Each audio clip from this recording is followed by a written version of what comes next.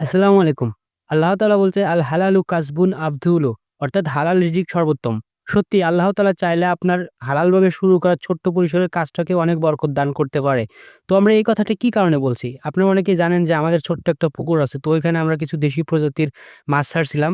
তো আজকে সকালে আমরা পুকুরে গিয়েছিলাম মাছের খাবারগুলো ঠিক করে দেওয়ার জন্য। তো আমরা মাছের খাদ্য হিসেবে পুকুরের মাঝখানে কিছু খৈল বেঁধে দিয়েছিলাম বস্তায় করে। তো ওইগুলো আমি ঠিক করে দিচ্ছিলাম।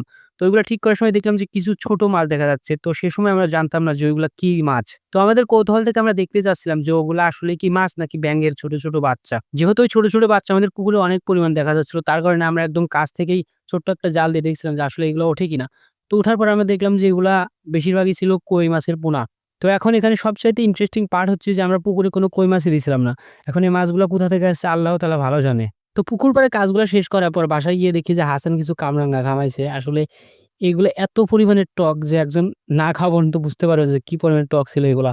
তো কামরাঙা খাওয়ার সময় খেয়াল করলাম যে বাসার যে কাঁঠাল গাছগুলো আছে ওগুলার মেক্সিমাম কাঁঠালগুলাই ফেটে গেছে। যদিও এগুলো এখনো পাকেনি, এখন কি কারণে এগুলো ফাটছে তাও জানি না সঠিক। তো কাঁঠালের এরকম হাল হওয়ার কারণে বাসা থেকে বলছিল যে কাঁঠালগুলো কেটে ফেলতে, যাতে করে পরবর্তীতে এখানে পোকা লেগে কাঁঠালগুলো নষ্ট না হয়ে যায়।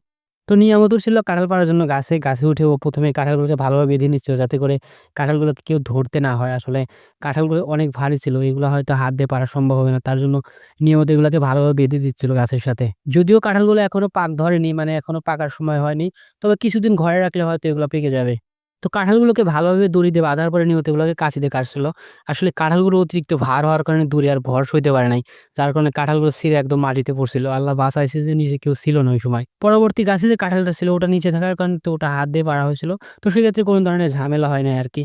তো কাঁঠালগুলোকে কাটার পরে একত্রে করে রেখে দিচ্ছিলাম যাতে করে এগুলার যে কষ্ট আছে এগুলা বের হয়ে যায়। আসলে আমি নিজেও বুঝি না যে আমাদের দেশের মানুষজন কি কারণে এই ঝামেলার ফলটাকে জাতীয় ফল করছে। তো যাই হোক, অনেকে আছে যে তাদের কাছে কাঁঠাল ফলটি খুবই প্রিয়। তো যাই হোক, তার ব্যক্তিগত ব্যাপার, একেকজনের একেক রকম লাগতেই পারে। তো আজকে এই পর্যন্তই। আপনি চাইলে আমাদের ছোট্ট পরিসরে শুরু করা খামারের জন্য দোয়া করতে পারেন। আল্লাহ হাফেজ।